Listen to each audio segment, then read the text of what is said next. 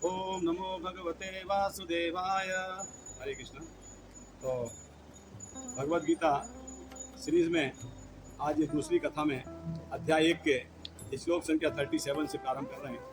तो अभी अर्जुन भगवान कृष्ण को युद्ध के परिणाम, युद्ध हुआ और सभी कौरव मारे गए, तो उसके परिणाम क्या होंगे, इस प्रकार से अर्जुन भगवान कृष्ण को कन्विंस करने का प्रयास कर रहे हैं कि हमें युद्ध नहीं करना चाहिए, क्योंकि युद्ध करने से ये दुष्परिणाम होंगे।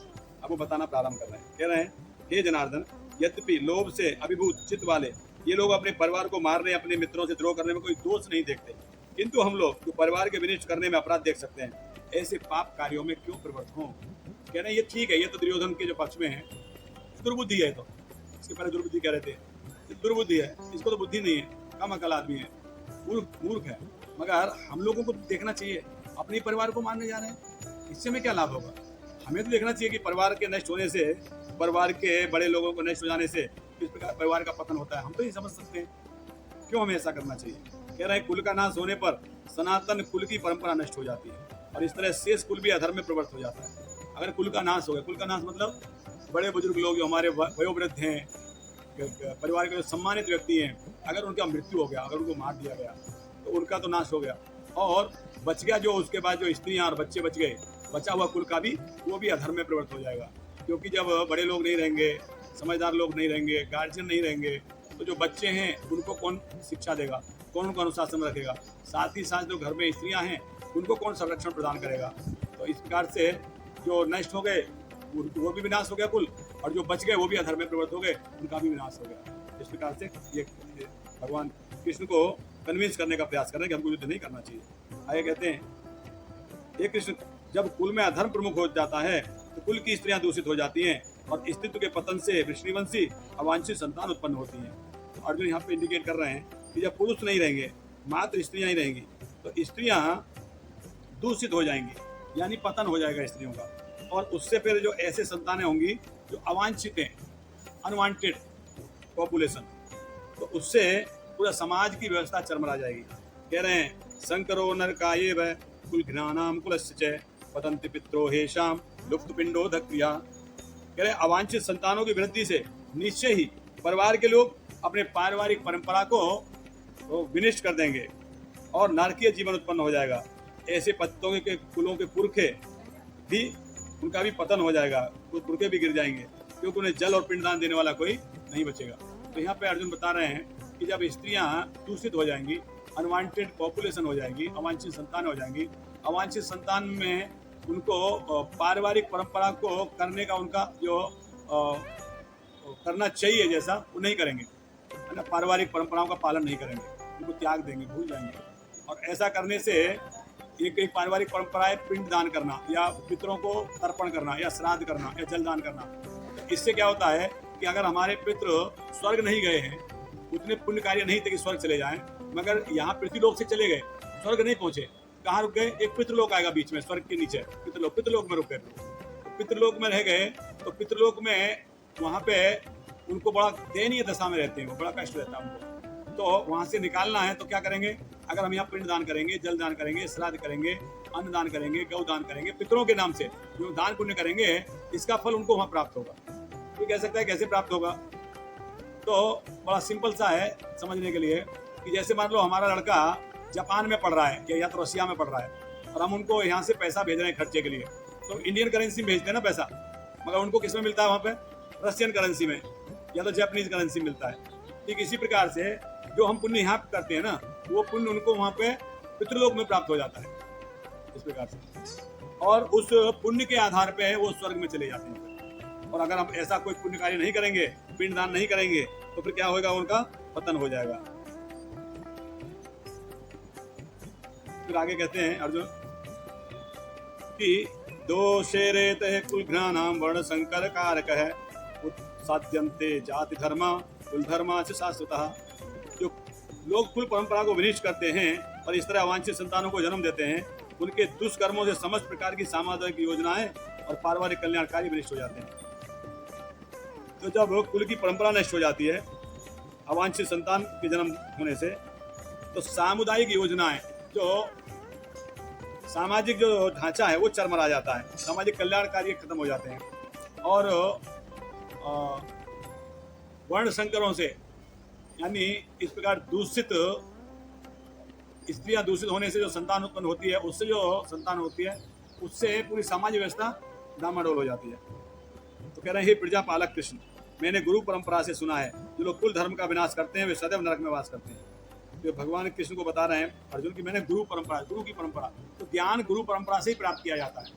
एक्सपेरिमेंट करके ज्ञान प्राप्त नहीं होता। तो गुरुजन हमको बताते हैं, वही ज्ञान की समझने की विधि है। कह रहे हैं कि मैंने गुरु परंपरा सुना है, अगर कुल धर्म का विनाश हो जाएगा तो वो व्यक्ति जो कुल धर्म का विनाश करता है वो स्वयं नरक में जाएगा।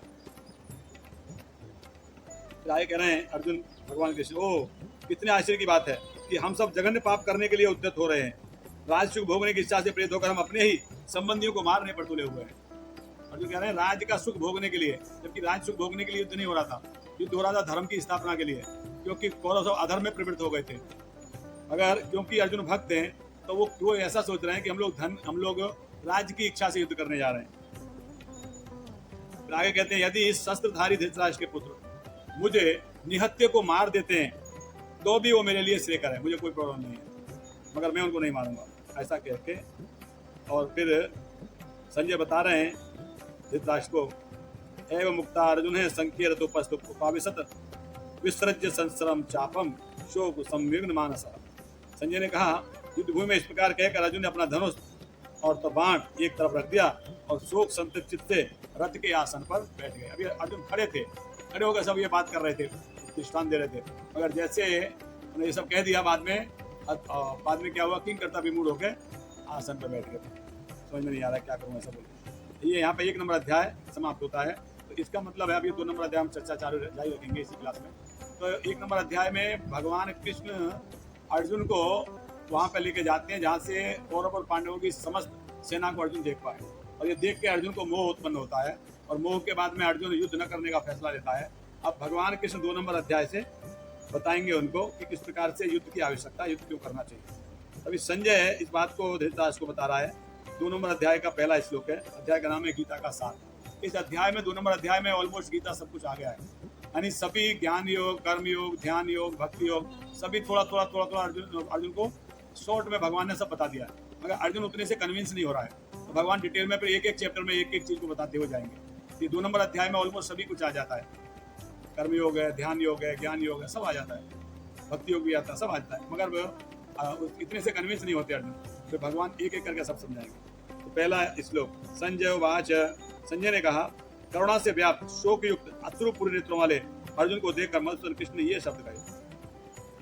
तो करुणा से व्याप्त, करुणा से भरे हुए, शोक करते हुए, और आंखों में नेत्रों में आंसू लेके, नेत्रों में अश्रु लेके अर्जुन मधुसूदन से ऐसा कहने लगे। मधुसूदन मतलब भगवान, जिन्होंने मधु नामक असुर का वध किया था, इसलिए उनका नाम पड़ा मधुसूदन।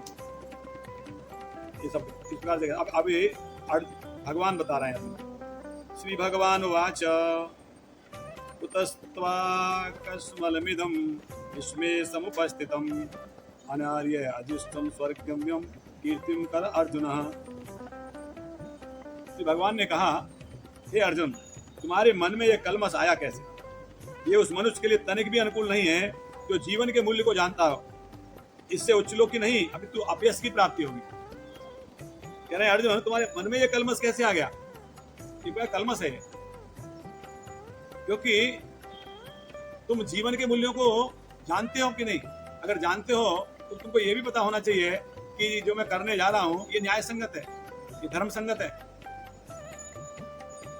तुम्हारे मन में कलमश कैसे आया?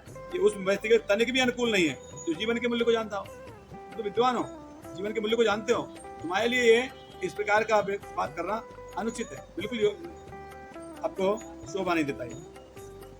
इससे क्या होगा? इससे उच्च लोक की प्राप्ति नहीं होगी, अब तो अपयश मिलेगा। तुम क्या समझ रहे हो? लोग तुम्हारा तारीफ करेंगे और तुम्हारा एक पुण्य हो जाएगा और तुम उच्च लोकों में जाओगे। देखो, अहिंसा का पालन किया, किसी के साथ युद्ध नहीं किया, अपने राज्य की इच्छा न करते हुए अपना राज्य त्याग दिया। तो आपको ऐसा लगता है लोग आपको बोलेंगे कितना कितना ये अहिंसावादी है अर्जुन, कितना त्यागी है, कितना वैराग्य है उसके, सब कुछ छोड़ दिया। ऐसा नहीं कहेंगे, बल्कि ये कहेंगे कि एक राजा होकर, क्षत्रिय होकर युद्ध के मैदान से भाग गया, अपयश मिलेगा, कायर कहेंगे, कायर होकर। तो आगे भगवान कहते हैं, हे पार्थ, इस हीन नपुंसकता को प्राप्त मत हो, ये तुम्हें शोभा नहीं देती। ये शत्रुओं को दमन करता, हृदय की छिद्र दुर्बलता को त्याग कर युद्ध के लिए खड़े हो जाओ। ये तो नपुंसकता है, कायरता है। कायर मत बनो, ये तुमको शोभा नहीं, तुम क्षत्रिय हो। क्षत्रिय का मतलब है छत, क्षत्रिय मतलब छत, क्षति मतलब क्षति, क्षति मतलब नुकसान। क्षति से लोगों की रक्षा करना ये क्षत्रिय का कार्य है। क्षत्रिय है वो, उसका कार्य है लॉ एंड ऑर्डर मेंटेन करना, सोसाइटी में कानून व्यवस्था बनाए रखना, सबके अधिकारों की रक्षा करना, किसी के अधिकारों का हनन नहीं हो ऐसा ध्यान देना, ये क्षत्रिय कार्य है। और तुम अपने कार्यों से बचना चाह रहे हो, ये तुमको शोभा ही देता। तो शत्रुओं को दमन करता हो, तुम शत्रुओं को दमन कर सकते हो, मगर तुम हृदय की दुर्बलता के कारण युद्ध का त्याग कर रहे हो। इसलिए हृदय की दुर्बलता को त्याग दो, युद्ध के लिए खड़े हो जाओ। अब अर्जुन कह रहे हैं वापस में, अर्जुन कहा हे शत्रुहंता, आप भी तो शत्रुहंता हैं, आप ही शत्रुओं का विनाश करने वाले हैं। मधुसूदन ने मधु की हत्या आपने की, मगर आपने कभी अपनों को मारा क्या? शत्रुओं को मारा, शत्रुहंता है। मधुसूदन ने आपने डेमंस को मारा, असुरों को मारा, कभी आपने अपने लोगों के ऊपर किया क्या अत्याचार? मैं युद्ध में किस तरह भीष्म और द्रोण को मार पाऊंगा, मेरे लिए पूजनीय है। और मैं किस बार पलट के उन पर बाण चलाऊंगा, वो मेरे बाण चलाए चलेगा, मैं उन पर बाण कैसे चला सकता हूँ? पितामह है मेरे दादा हैं, मेरे गुरु हैं, उनसे मैं सीखा हूँ। उन्होंने धनुष पकड़ना, मेरे को तीर पकड़ना सिखाया है, उनको मार दूं मैं? कैसे मार सकता हूँ? जरा सोचिए ना। क्या कहते हैं 5वें श्लोक में, गुरुन् हत्वा हि महानुभावा श्रियो भोक्तुं भेच्छति हलोके हत्वार्थकामास्तु गुरूनिहेव भुञ्जीय भोगारुधिरप्रदिग्धाना। ऐसे महापुरुष जो मेरे गुरु हैं, उन्हें मारकर जीने की अपेक्षा संसार में भीख मांग के खाना अच्छा है। भले ही वे सांसारिक लाभ के इच्छुक हों, किंतु है तो गुरुजन ही। यदि उनका वध होता है तो हमारे द्वारा भोग प्रत्येक वस्तु उनके रक्त से सनी होगी। अर्जुन कह रहे हैं कि ठीक है, वो गुरुजन मेरे से लड़ने आए हैं, मगर वो मेरे गुरुजन हैं, मैं नहीं लड़ सकता उनके साथ। और इस संसार में भीख मांग के खा लूंगा चलेगा, मगर युद्ध नहीं करूंगा। तो भगवान समझाते हैं उसको, क्योंकि तुम क्षत्रिय हो, तुम अपने गुण के आधार पर कर्म करोगे। क्षत्रिय होता है रजोगुण में। रजोगुण का मतलब होता है भोसोमय डिजायर्स, और डिजायर जब फुलफिल नहीं होती है तो आदमी को क्रोध आता है। सब जानते हैं इस बात को। भगवद गीता के इसी अध्याय के 2 नंबर अध्याय के 5 में श्लोक में आएगा, ध्यायते विषयान पुंसा संगते सुख जायते संगात संजायते कामा कामाद क्रोध अवजायते। काम पूरा न होने पर क्रोध आता है। तो जो क्षत्रिय है वो रजोगुणी होता है। रजोगुण का मतलब महत्वाकांक्षा, सो मैनी डिजायर, और डिजायर फुलफिल नहीं होने पर क्रोध आता है। अभी तुम कह रहे हो कि मांग के खा लूंगा, भीख मांग लूंगा, मगर तुम्हारे मांगने से कोई भीख नहीं देगा ना, तो उस मांगने वाले कटोरे से उसका सर फोड़ दोगे। तो तुम क्षत्रिय हो, तुमको बर्दाश्त नहीं होगा अपमान। इस प्रकार से कह रहे तुम अपने गुण के आधार पर अपने कर्म करो, अपने कर्म से मत भगो। 6 नंबर अध्याय श्लोक में कहते हैं, हम यह भी नहीं जानते कि हमारे लिए क्या श्रेष्ठ। अर्जुन कह रहे हैं उनको जीतना है, उनके द्वारा जीते जाना। यदि हम धृतराष्ट्र के पुत्रों का वध कर देते हैं तो हमें जीवित रहने की आवश्यकता नहीं है, फिर भी वो युद्ध में हमारे समक्ष खड़े हैं। तो अभी अर्जुन कह रहा है समझ में नहीं आ रहा, उनके द्वारा जीता जाना है, हम हार जाएं वो ज्यादा श्रेयकर है या हम जीत जाएं वो ज्यादा श्रेयकर है? समझ में नहीं आ रहा मेरे, उनको जीतना या उनके द्वारा जीते जाना। और धृतराष्ट्र के पुत्रों को वध कर देते हैं हम, तो हमें जीवित रहने की आवश्यकता ही नहीं है। हमारे खुद अपने सब हमारे सामने मर जाएंगे, तो हम कैसे जी पाएंगे उनको मरते हुए देख के? और फिर भी वो लोग देखिए हमारे सामने लड़ने के लिए आगे खड़े।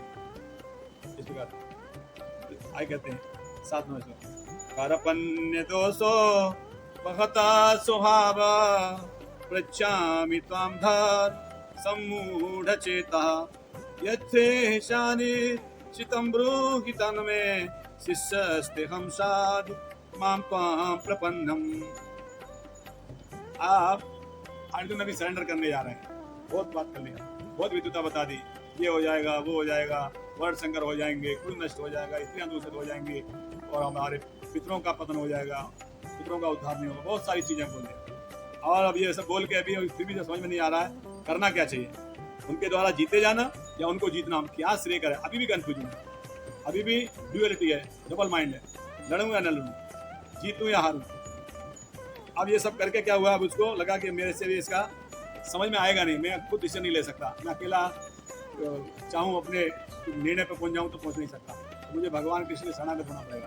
तब ये श्लोक कहता है कारपन्य दोषो बहता स्वभाव, कहता मैं अपनी कृपण दुर्बलता के कारण अपना कर्तव्य भूल गया और सारा धैर्य खो चुका हूँ। ऐसी अवस्था में मैं आपसे पूछ रहा हूँ जो मेरे लिए श्रेयकर हो उसे निश्चित रूप से बताएं, निश्चित रूप से मैं मानूंगा। अब मैं आपका शिष्य हो गया हूँ और आपके शरणागत हूँ, कृपया मुझे उपदेश दीजिए। ये अर्जुन यहाँ पर सरेंडर कर दिया भगवान के साथ। No more friendly talk. दोस्तों की बातों में कोई निर्णय पर नहीं पहुँचता, इसलिए गंभीरता चाहिए। गंभीरता कब आएगी? जब हम किसी के शिष्यता में गुरु मान के उसको उनके आदेशों का पालन करेंगे। फ्रेंडली टॉक से कुछ बनेगा नहीं, फ्रेंडली टॉक से कोई बात नहीं निकलेगी। कह रहे हैं कि अब मैं अपना सारा धैर्य खो चुका हूँ। I am not in position to decide.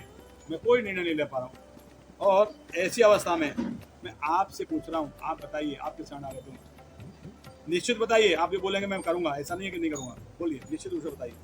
मैं आपका शिष्य हूँ, अब मैं मित्र नहीं हूँ, आपका शिष्य हूँ। शिष्य साधु माम त्वाम प्रपन्नम, तुम्हारे आपके शरणागत हो गया हूँ, आपके अधीन हूँ मैं, कृपया मुझे उपदेश दे। तो यही एक व्यक्ति के जीवन में सबको यही अपनाना चाहिए। जब आपके जीवन में आपको पता नहीं चल रहा है कि आपको क्या करना है।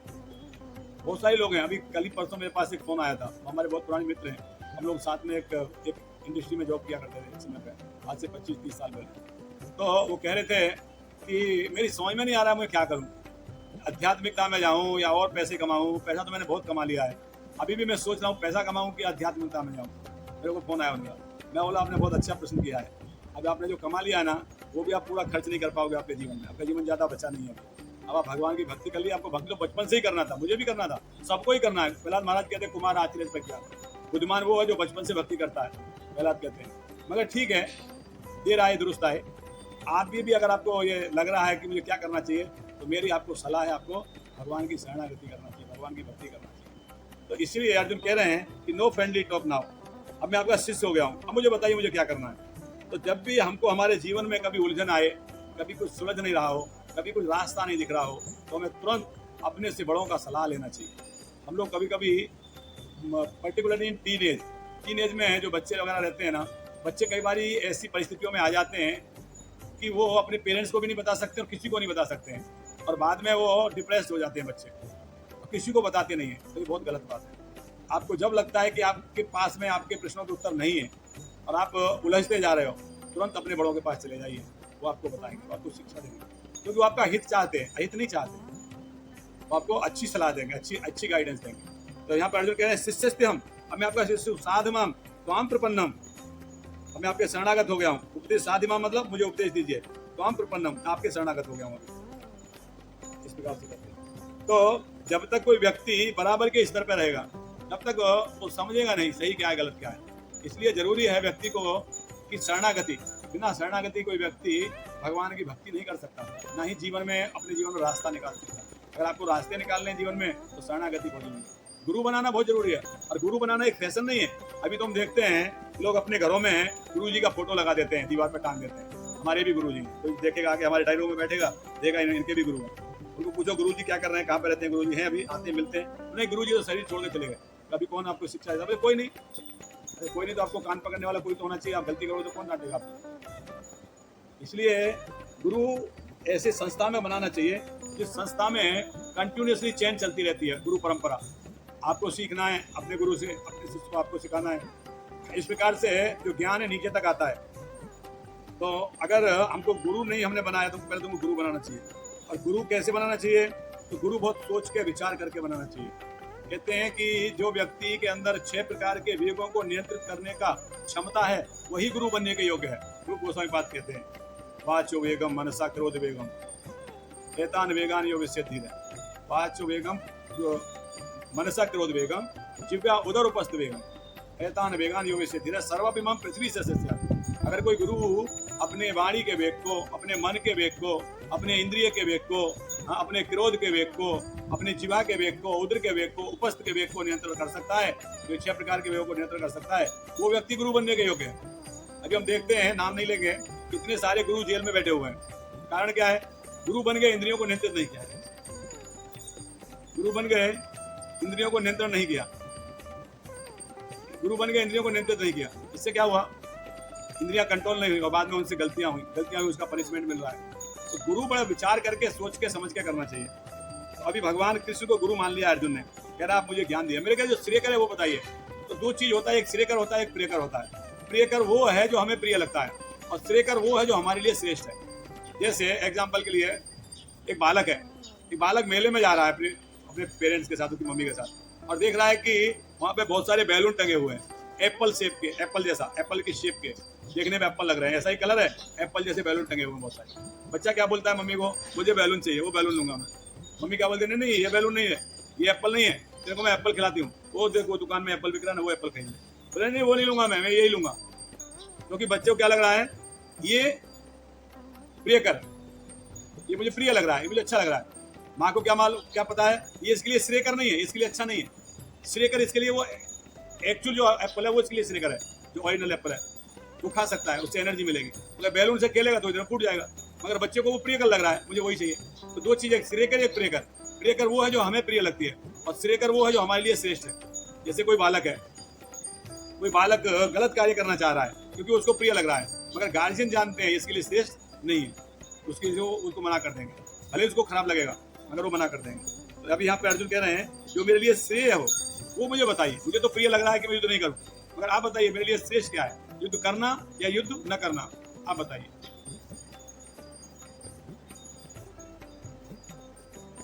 और आगे कहते हैं अर्जुन, मुझे ऐसा कोई साधन नहीं दिखता जो मेरी इंद्रियों को सुखाने वाले सुख को दूर कर सके।